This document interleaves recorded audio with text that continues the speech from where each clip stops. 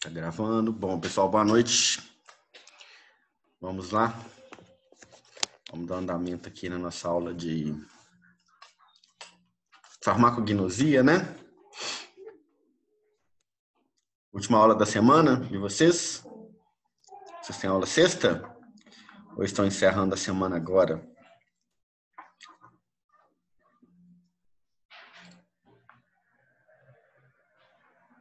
Ué, onde está a aula? Não quis abrir.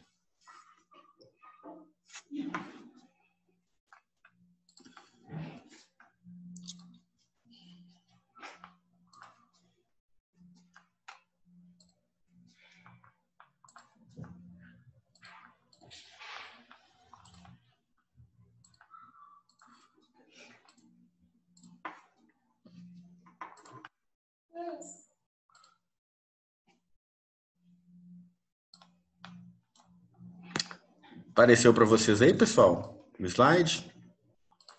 Compartilhou direitinho? Sim? Alguém fala comigo aí? Sim. Sim? Vamos lá. Já estamos gravando. Vamos lá, então. Nossa aula de hoje, farmacognosia, é sobre saponinas. É uma aula grandinha. Nós vamos falar um pouco sobre estrutura,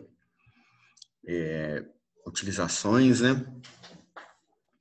As saponinas, tem um grande grupo de substâncias aí, de plantas, de fitofármacos, de estrutura esteroidal ou triterpênica.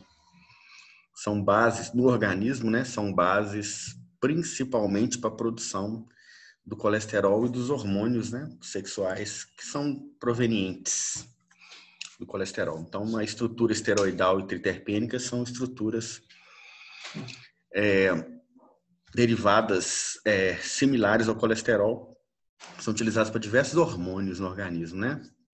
Anti-inflamatórios, beleza? Então, nós temos do latim saponinas, né? Sapo, que vem de sabão, é justamente porque elas constituem aí um grande grupo de substâncias que, quando colocadas em água, elas saponificam, elas geram sabão, né? Geram espuma. Constitui um grupo amplo de glicosídeos de esteroides ou de terpenos policíclicos. Essa é a característica fundamental, porque se elas são glicosídicas polar e esteroidais ou triterpênicas apolares, elas vão ter aquela característica de sabão, que é uma molécula parte lipofílica apolar, triterpeno ou esteroidal, e uma parte hidrofílica polar, que é o açúcar. Quando a gente vai lavar alguma coisa, ensaboar alguma coisa, a parte hidrofílica polar entra em contato com a água e a parte lipofílica apolar entra em contato com as gorduras. Aí a gente consegue arrastar pela água as gorduras. Essa é a característica fundamental dos sabões. Uma parte polar e uma parte apolar. A parte polar se liga, a parte apolar se liga nas gorduras, na graxa, né, nos óleos aí, né, na parte, né, apolar, e é arrastado pela água através da interação da parte hidrofílica, né? Assim que a gente consegue se livrar das gorduras com sabão e água. São caracterizados pelas suas propriedades tensoativas, reduzem a tensão superficial da água e apresentam ações detergentes e emulsificantes. A emulsão é justamente isso, né? Misturar óleo e água em uma forma, né? No nosso caso aqui, pensem numa forma farmacêutica aí, né? Os cremes aí, que são emulsões formadas pela mistura de óleo e água. Uma coisa que até, né, pouco tempo atrás era impossível de se fazer. Mas com a saponificação, com a emulsificação, virou uma realidade, tanto na gastronomia quanto na farmácia. É realizado essa mistura aí, né, através de formação, né, para a formação de emulsões. Em solução aquosa, formam espuma persistente e abundante, possuem elevada solubilidade, agem sobre membranas Como ela tem essas características aqui, elas reagem com as membranas e desorganizam, destroem as membranas.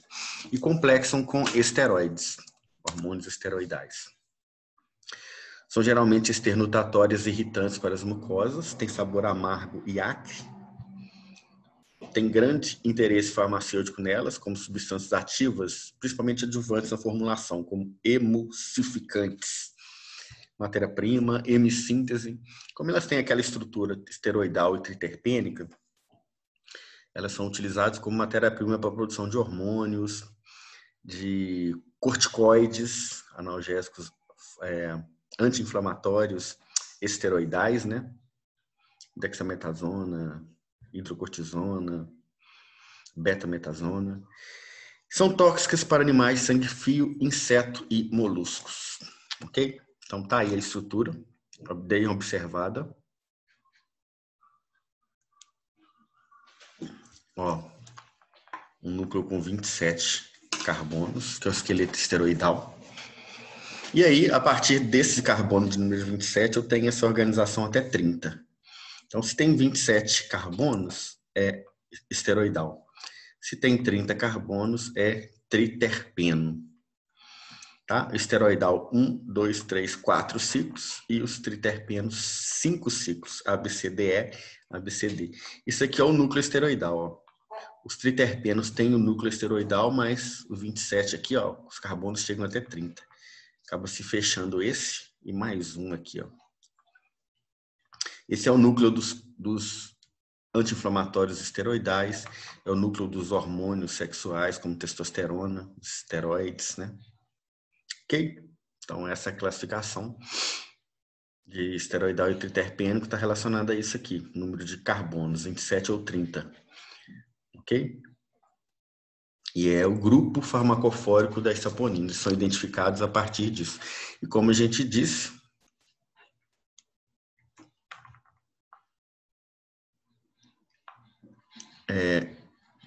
nós temos um grupamento glicídico ligado aqui. Nós temos açúcares ligados aqui, nas saponinas. Isso aqui é o núcleo esteroidal, chamado de genina ou sapogenina, que é a parte lipídica, apolar, lipofílica. Ligado nela, nós vamos ter uma parte polar, hidrofílica, que é a parte açúcar, né? Como a gente viu lá. Há outras classificações menos utilizadas, por exemplo, pelo caráter ácido básico ou neutro e pela parte açucarada. Isso aqui não é utilizado mais, tá? Está em desuso. Se é ácido, se é básico e de acordo com a glicona, tá bom? Isso aqui não é mais utilizado essa classificação, tá? Está em desuso, mas eu deixei aqui para vocês. Vocês podem encontrar isso aí em livros de farmacognosia.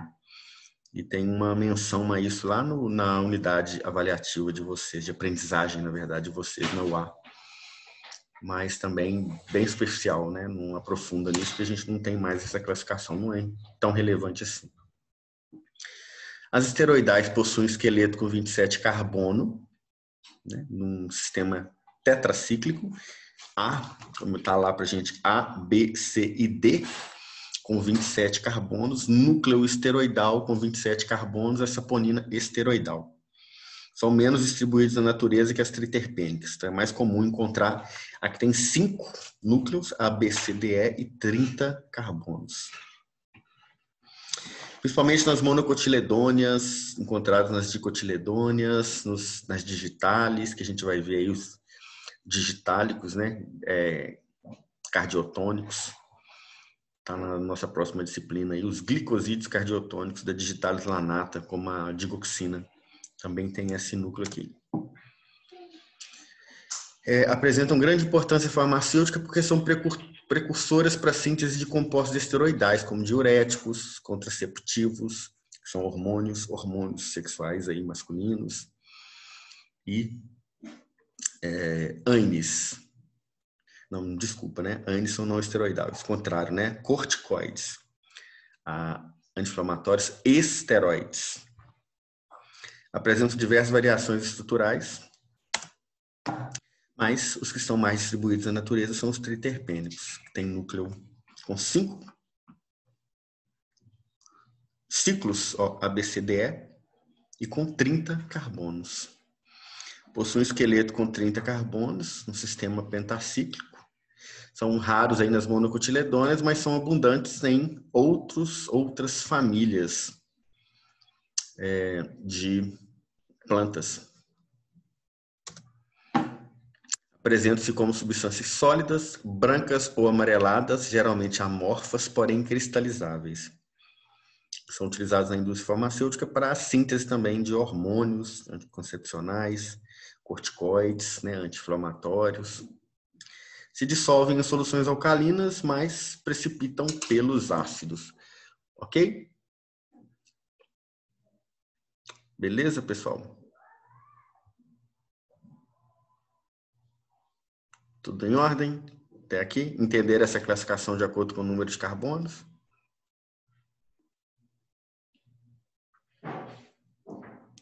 Sim?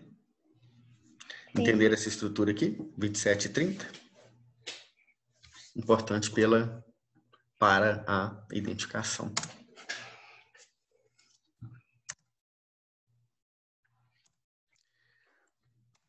São solúveis em água e insolúveis em solventes orgânicos apolares. Então, sim, tem solubilidade em água, né? Normalmente encontram-se no vegetal como misturas complexas de difícil separação, pela pequena diferença entre os glicosídeos que são presentes ali. Métodos laboratoriais: extração com água ou solventes hidroalcoólicos, já que eles são polares, são estruturas polares, moléculas polares, é mais fácil extrair com solvente polar, né? Água e solução hidroalcoólica.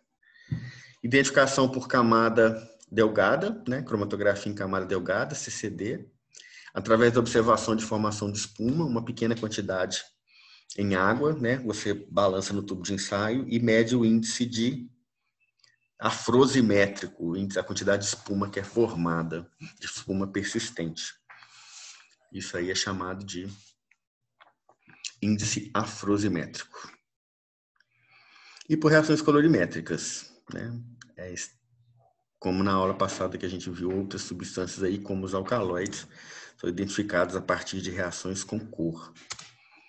Uma outra questão que a gente vai ver aqui que ela é feita, que é o poder hemolítico. Então, assim, tem o doseamento pelo índice de espuma, como eu falei com vocês, o índice afrosimétrico e o poder hemolítico. Existe como eles desorganizam membranas, causam lise das membranas, como hemácias, existe uma agar chamada agar-sangue, que é feito como molécula com hemácias, né? E na presença de saponinas, as hemácias são destruídas e ele de vermelho passa a amarelo. E aí a gente identifica as saponinas a partir disso também. E aí outros exames, né? Outros diagnósticos aí para identificação, outros métodos laboratoriais, como colorimetria, espectroscopia, ultravioleta, cromatografia gasosa, HPLC, que é cromatografia líquida de alta eficiência, também são utilizados para identificação. O mais simples é o poder hemolítico e o índice afrosimétrico, índice de espuma. Fácil, né, de fazer. São análises mais comuns e de identificação mais rápida. Então, não existe uma grande dificuldade de identificar uma saponina, né? A dificuldade maior é identificar se é esteroidal ou se é triterpênica. A gente precisaria de ter de utilizar uma técnica mais complexa, como a gente viu aqui, colorimetria, espectroscopia, cromatografia. Propriedades biológicas e farmacológicas: complexação com esteroides, proteínas, fosfolipídios de membrana, por isso que eles causam destruição das membranas celulares, aumenta a permeabilidade de movimento de íons e água, ação hemolítica, né?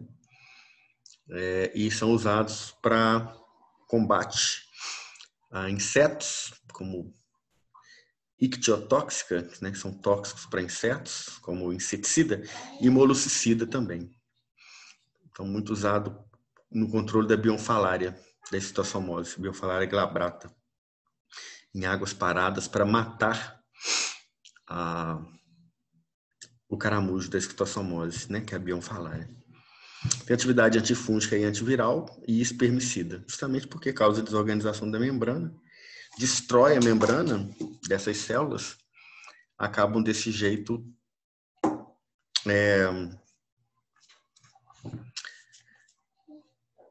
causando a lise, né? Causando a destruição e extravasando o conteúdo da célula. Quais são as propriedades biológicas e farmacológicas? Expectorante diurético, anti-inflamatório, imunomodulador e citoprotetor. E alguns ensaios aí que estão sendo realizados in vitro ainda estão buscando elucidar os mecanismos de ação. Ainda não se sabe muito bem o funcionamento de algumas das saponinas usadas, mas, por exemplo, a ação anti-inflamatória a gente consegue entender, eles têm um núcleo comum com os esteroides, que são anti-inflamatórios esteroidais. Temos algumas plantas aí que são utilizadas para melhorar a produção de testosterona, por exemplo, que também são utilizadas, né, mecanismo de ação é esse mesmo, é a mesma estrutura, a mesma base, então eles são usados como matéria-prima. O organismo utiliza para aumentar a síntese de hormônios, né, masculinos aí. Tanto tem homem quanto tem mulher, né? Mulher também tem testosterona, apesar de em baixas dosagens, né? Mas tem que ter para equilibrar ali. E atividade expectorante, por ser uma saponina, por ter, né, essa emulsificação, facilita a expectoração, tá? Diurético, imunomodulador. A principal utilização das saponinas esteroidárias é na indústria. Atualmente, a maioria dos esteroides são utilizados como anticoncepcional e em terapêutica. Anti-inflamatório, andrógenos, estrógenos, progestágenos, é aquilo. Por ter aquela base, aquela estrutura esteroidal, eles se assemelham aos anti-inflamatórios esteroidais, que a gente chama de corticoide, e aos hormônios sexuais masculinos e femininos. Por isso que eles são utilizados aí para, na indústria, síntese a partir deles. Eu já tenho uma molécula padrão, só altero os radicais para transformar nesses hormônios aí. Ok? Utilizados como adjuvante para aumentar a absorção de outros medicamentos, como detergentes e emulsificantes, suspensões coloidais e emulsões, afrógenos em sabão, shampoo, loções capilares, dentifrícios, ou seja, muito usado em cosméticos e produtos de higiene pessoal, né? Shampoo tem, né, grandes concentrações. As drogas com saponinas triterpênicas são utilizadas conforme as suas indicações. Vamos lá. Anti-inflamatório, alcaçuz, castanha da Índia, flebologia e proctologia, jubarbeira, na tosse, polígola, Hedera helix, prímula, dermatologia, centelha asiática, calêndula, drogas adaptógenas, ginseng, todo mundo conhece, né? Nós temos também detergentes Aquilaia, tem alguns que não estão presentes aqui, mas, por exemplo, o efeito detox e adaptógeno também, o gengibre, uma moduladora da produção de testosterona chamada de Tribulus terrestris, é uma planta chinesa, todos têm grandes concentrações de saponina. Aqui nós temos alguns conhecidos aí, ó, por exemplo, o inhame. Inhame é fonte de diosgenina, que é uma saponina. Nós temos o agave. O agave vocês devem conhecer aí, a planta é utilizada na produção de tequila. Ela também tem ecogenina, que é uma saponina. O alcaçuz é uma raizinha doce, né? Alguns países aí onde o pessoal tem o hábito de mascar as raízes e os rizomos aí de alcaçuz.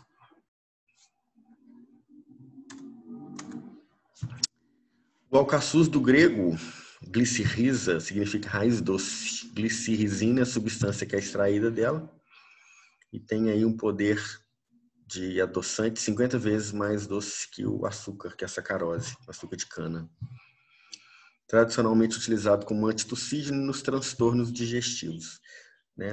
Da forma natural tradicional, ele é mascado, a raizinha seca.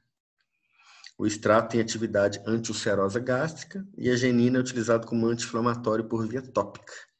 Dermatites, picadas de inseto, na cavidade bucal, eczemas, eritemas. E por essa característica aí de ter o sabor doce, são utilizados como aromatizante e edulcorante. Então, são usados em formulações para mascarar sabores, né, desagradáveis, aí, sabor amargo ou desagradável. E na indústria de alimentos, bala, bebida, por esse efeito extremamente doce, né? Aumenta a retenção de líquido e sódio, provoca depressão de potássio. Pessoal, aumentar a retenção de líquido e sódio e depressão de potássio é comum para todos os esteroides. Todos os esteroides, que sejam hormônios, né, que sejam os anabolizantes, que sejam os hormônios masculinos, que sejam os esteroides anti-inflamatórios, todos eles provocam retenção hídrica. Já devem ter percebido ou estudado aí que existe um efeito mineralocorticoide, que é a retenção hídrica, retenção de líquido, para quem faz uso desse tipo de medicamento. As pessoas incham, né? Como dexametasona, betametasona, e provocam a retenção de potássio, a retenção de sódio com a depressão de potássio. Então, deve ser evitado em pacientes cardíacos, hipertensos, renais, né? Por causa desse efeito aqui. Castanha da Índia, muito usada em flebologia, para varizes, veias varicosas de membros inferiores das pernas. 10% da massa corresponde à saponina, tem uma estrutura denominada ecina. Por aumentar o tônus venoso, tem essa característica anti-inflamatória, anti-exudativa e aumenta a resistência e diminui a permeabilidade, sendo utilizado para essas veias varicosas de membros inferiores, aí nas pernas, né? De cada insuficiência venolinfática de membros inferiores. Pernas pesadas, dores, né, edemas e aquelas, né, veias proeminentes. Também nas ulcerações de membros inferiores, aftas, bucal. Centelha asiática, originária da Ásia, mas hoje em dia encontrada no Brasil, aí no Rio Grande do Sul, Minas Gerais, aqui no Sudeste e Sul. Possui uma saponina chamada de asiaticosídeo e muito usada na medicina ayurvédica, medicina indiana, para enfermidade de peles e transtornos nervosos. Como característica, acelera a cicatrização de feridas, utilizado em preparações tópicas, no tratamento de úlceras, de perna, de origem venosa, feridas cirúrgicas, queimaduras, antipruriginoso para coceira, né? Então, vejam que é muito utilizado em dermatologia e na insuficiência venolinfática. Então, flebologia e dermatologia. Polígula, esse pauzinho aqui também, ó, essas raizinhas são também mascadas. Tem de 5 a 10% de saponosídeo e aumenta o volume aí de secreção bronquial, usado como expectorante, né? Então, uma tosse não produtiva e indicado no tratamento de catarro das vias respiratórias aí na Alemanha, na forma de fitoterápico. E o uso continuado gera irritação intestinal. Então, tem um cuidado que tem que ser tomado. Quilaia, que é essa plantinha aqui, contada no Chile, Peru e Bolívia, aqui na América do Sul. Mais de 50 tipos de saponinas e uma das principais fontes de saponina industrializada, pela grande quantidade que ela tem. Mas é usado como estabilizante de suspensões na indústria farmacêutica e agente espumante na indústria de alimentos. Não aqui, nesse caso, especificamente, como um princípio ativo, um fitofármaco, mas como um adjuvante, né? Tem ação aí utilizada, né, como imunoestimulador e vacinas antiparasitárias, adjuvante aí. Também usado como efeito, né, de absorção de antibióticos peptídeos por via nasal, ocular, em pesquisa ainda. O ginseng, acho que todo mundo conhece. Existem vários tipos de ginseng, né? Tem ginseng asiático, o ginseng, né, o chinês, o russo, mas é uma planta característica aí da medicina tradicional chinesa, da MTC, utilizada há mais de 3.000 anos como um adaptógeno, né, um gerador de vitalidade e melhora a saúde física e mental. Tem esse formato antropomórfico aqui, né? Olha só, parece uma pessoa, né? As raízes. Diversos tipos de saponina aí. Tem, né? Os japoneses chamam de ginsenosídeos, os russos de panaxosídeos. São duas espécies diferentes, né? O da China e o do Japão e o da Rússia. São duas espécies diferentes de ginseng, mas todos têm O mesmo efeito da pitógeno, agente antiestresse, né? Aumenta a resistência a influências externas, infecções, estresse, ansiedade. Mas seu uso excessivo pode gerar insônia, nervosismo, euforia, diarreias. O uso por mais de 90 dias acarreta em irritação intestinal. Então, quem faz uso de ginseng tem que manter o controle do uso a 90 dias, dá um suspender, né? Pode voltar, mas né, com 90 dias tem que paralisar a utilização dele ali. Beleza? Tem diversas contraindicações também, né? Lactação, gravidez, diabetes, hipertensão, e interage com fármacos hormonais, justamente por ter essa característica aí. A Tribulus terrestre, ó, é a videira da punctura,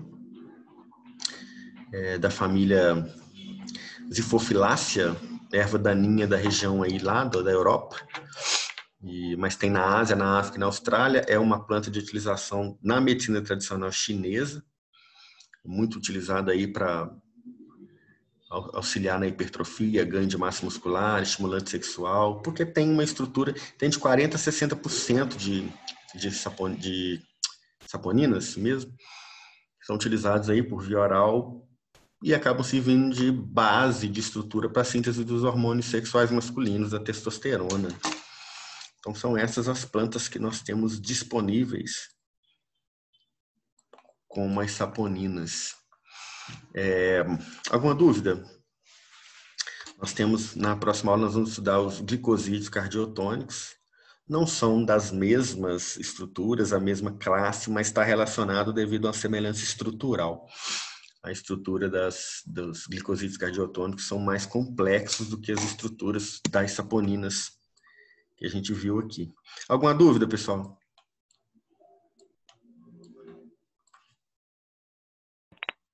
Não? Sim? Quem conhece alguma das plantas? Eu não sei se vocês conhecem algumas das plantas que eu falei, mas o alcaçuz é muito utilizado, principalmente na indústria de alimentos, né, porque é muito doce. O ginseng é muito comum você encontrar em drogaria, né, como suplementos e adaptógenos para estresse, para melhorar desempenho físico. O tribulus, o ginseng é muito, né, eu não falei que não está aqui presente, mas o gengibre tem saponinas também, muito utilizado em dietas de emagrecimento, como estimulante, detox.